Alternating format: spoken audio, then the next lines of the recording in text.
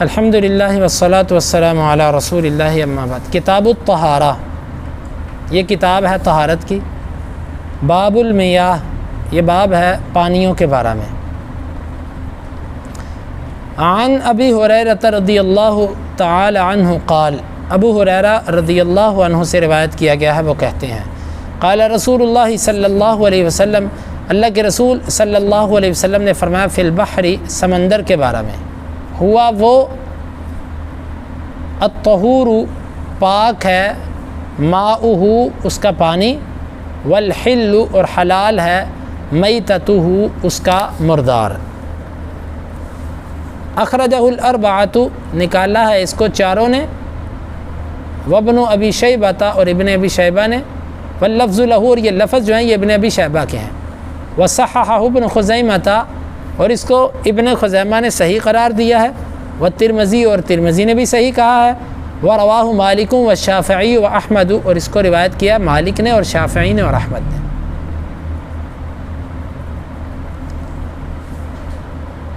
کتاب یہاں پر مکتوب کے معنی میں ہے، لکھی ہوئی چیز، لکھی ہوئی چیز کو کتاب کہتے ہیں۔ الطہارہ، طہارت کا معنی تو ہوتا ہے کسی چیز کو پاک کرنا، لیکن پاکی کی کئی اقسام ہیں۔ ایک ہوتا ہے کہ بدن کو نجاست سے اور حدث سے پاک کرنا۔ دوسری پاکی کی قسم ہوتی ہے کہ اپنے اعضاء کو جرائم اور گناہوں سے پاک کرنا۔ اور تیسری پاکی کی قسم ہوتی ہے اپنے نفس کو مذموم اخلاق، حسد، بغض، کینہ، گھٹیا قسم کی چیزوں سے پاک کرنا۔ اور چوتھی پاکی کی قسم بنتی ہے کہ اپنی خلوت کو جو ہے وہ غلط قسم کے سوچوں سے اور اللہ کے سوا اوروں کی شرکت سے جو ہے نا وہ اس کو پاک کرنا۔ ہر وقت یہ سوچنا کہ اللہ تعالیٰ میرے ساتھ ہے، اللہ مجھے دیکھ رہا ہے، میری ہر کیفیت کو۔ یہ امام غزالی رحمہ اللہ نے یہ چار قسمیں اس کی بیان کی ہیں طہارت کی۔ اور یہ بات ٹھیک ہے، طہارت صرف اور صرف بدن کے ساتھ تعلق نہیں رکھتی، طہارت کا تعلق انسان کے ظاہر سے بھی ہے اور باطن سے بھی ہے، اور اس کا تعلق ایسی گندگیوں سے بھی ہے جن کا جسم ہوتا ہے۔ مثلا آپ کے پاؤں پر کوئی ایسی گندگی لگ گئی ہے جو نظر آ رہی ہے، اور اس کا تعلق ایسی گندگیوں سے بھی ہوتا ہے جو نظر نہیں آتی۔ مثال کے طور پہ وضو ٹوٹ گیا، آپ حادث ہیں لیکن نظر نہیں آتا کہ آپ کو کوئی چیز لگی ہے۔ تو یہ بہرحال طہارت کی چار قسمیں اہل علم نے بیان کی، لیکن یہاں پر جو قسم بیان کی جائے گی وہ صرف اور صرف پہلی قسم ہے کہ جس میں اپنے بدن کو نجاست اور حدث سے پاک کرنا۔ نجاست کا مطلب ہوتا ہے ایسی گندگی کہ جس کا جسم ہے اور وہ نظر آ رہی ہے، اور حدث کہتے ہیں ایسی چیز کہ جو نظر نہیں آ رہی ہے آپ کو، جس طرح کہ آپ بے وضو ہو گئے، یا آپ سو گئے، یا آپ نے اونٹ کا گوشت کھا لیا۔ یہ سب صورتیں ایسی ہیں کہ یہاں پر آپ کی کوئی چیز ایسی نظر نہیں آ رہی، ٹھیک ہے۔ تو جب کہ نجاست یہ ہوتی ہے کہ آپ کے بدن پر کوئی ایسی چیز لگی ہے جو نظر آ رہی ہے۔ یہ حدث اور نجاست میں فرق ہے۔ تو یہاں پر کتاب الطہارت کے اندر صرف پہلی قسم پر بحث ہوگی کہ جس میں بدن کو نجاست اور حدث سے پاک کرنا ہے۔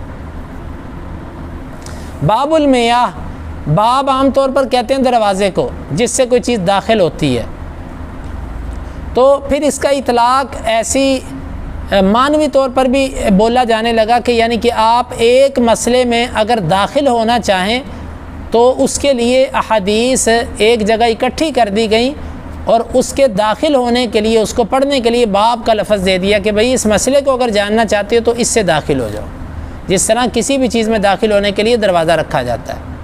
میاہ، یہ ماء ان کی جمع ہے، ماء کی جمع ہے خلاف قیاس۔ میاہ، پانیوں کا بیان۔ طہارت سے باب کو اس لیے شروع کیا کہ جتنی بھی عبادات ہیں یہ طہارت کے بعد ہیں۔ جب تک انسان کے اندر طہارت نہیں آتی اس وقت تک عبادت انسان کو فائدہ نہیں دیتی، اور نہ اللہ کے ہاں قبول ہے۔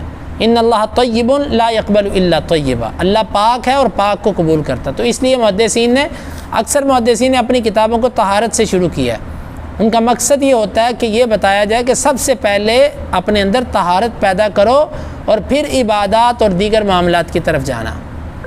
تو یہ سب سے پہلے طہارت کا باب ہے۔ اس میں ابو ہریرہ رضی اللہ عنہ کی روایت لے کر آئے ہیں۔ ابو ہریرہ، ان کی تھوڑا سا تعارف ہم کل کے درس میں کریں گے، آج آئندہ جب ان کی حدیث آئے گی وہاں پر ان کا تعارف کریں گے۔ حدیث اس طرح ہے کہ اللہ کے نبی صلی اللہ علیہ وسلم کے پاس کچھ لوگ آئے، بنو مدلج قبیلے کے، مسند احمد کے اندر ہے، اور ایک روایت کے اندر ہے کہ اس کا نام عبداللہ تھا۔ وہ شخص آیا، وہ کہنے لگے کہ اللہ کے رسول صلی اللہ علیہ وسلم انا نرکب البحر ونحمل معنا القلیل ان توضأنا به عطشنا افنتوضأ من ماء البحر۔ کہا اللہ کے رسول صلی اللہ علیہ وسلم ہم سمندری سفر کرتے ہیں، اور جب ہم سفر کرتے ہیں نا تو اس سفر کی وجہ سے ہمارے پاس جو پانی ہوتا ہے وہ کم ہوتا ہے، ہم نے پینے کے لیے رکھا ہوتا ہے، اگر ہم اسی پانی سے وضو کرنا شروع کر دیں تو ہم پیاسے مریں گے۔ تو کیا ایسا ممکن ہے کہ اس پانی کو ہم صرف پینے کے لیے رکھ لیں اور وضو ہم سمندر کے پانی سے کر لیا کریں؟ آپ نے فرمایا ہوا وہ چیز جس کے بارے میں تم پوچھ رہے ہو وہ سمندر الطہور پاک ہے، ماؤہ اس سمندر کا پانی، ہوا سے مراد وہ سمندر پاک ہے یا پاک کرنے والا ہے اس کا پانی، والحل میتتہ اور حلال ہے اس کا مردار۔ اس کو اچھا اس کی اب تھوڑی سی وضاحت کہ اس کا پانی پاک ہے۔ عام طور پر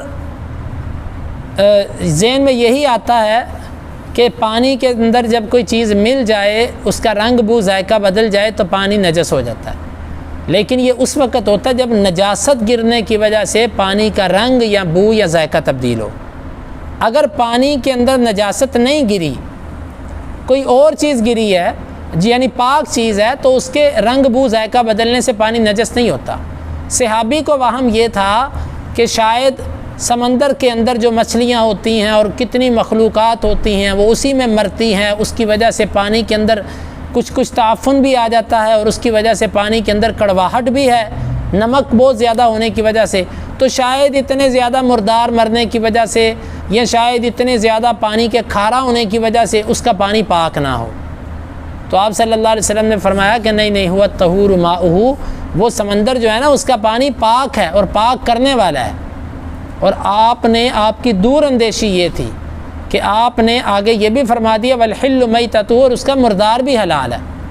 اس کا ایک مقصد تو یہ ہے کہ جس مردار کی وجہ سے تم پانی کو سمجھ رہے ہو کہ پانی نجس ہو گیا، وہ پاک ہوتا ہے، تو جب پاک چیز ہے تو اس سے کوئی چیز نجس تھوڑی ہوگی۔ ایک تو یہ مطلب ہے، اور دوسرا اہل علم نے اس کا مقصد یہ بھی بیان کیا کہ آپ صلی اللہ علیہ وسلم نے مردار کا ذکر اس لیے کر دیا تاکہ آج اگر اس کو پانی کی ضرورت پڑ رہی ہے تو کل اس کو کھانے کی ضرورت بھی پڑ سکتی ہے، تو ایسا نہ ہو کہ پھر کھانے کے لیے مشکل میں آئے۔ آپ نے فرمایا پانی بھی پاک اور کھانا بھی حلال، اس میں جو مردار مر جائے وہ بھی حلال ہے، وہ بھی پاک ہے۔ اب اس حدیث سے کچھ مسائل اور کچھ باتیں ہیں، انشاءاللہ العزیز ہم ان کو کل کے درس میں رکھیں گے۔ اللہ تعالیٰ سے دعا ہے اللہ تعالیٰ ہمیں اس کو سمجھنے کی اور عمل کی توفیق عطا فرمائے۔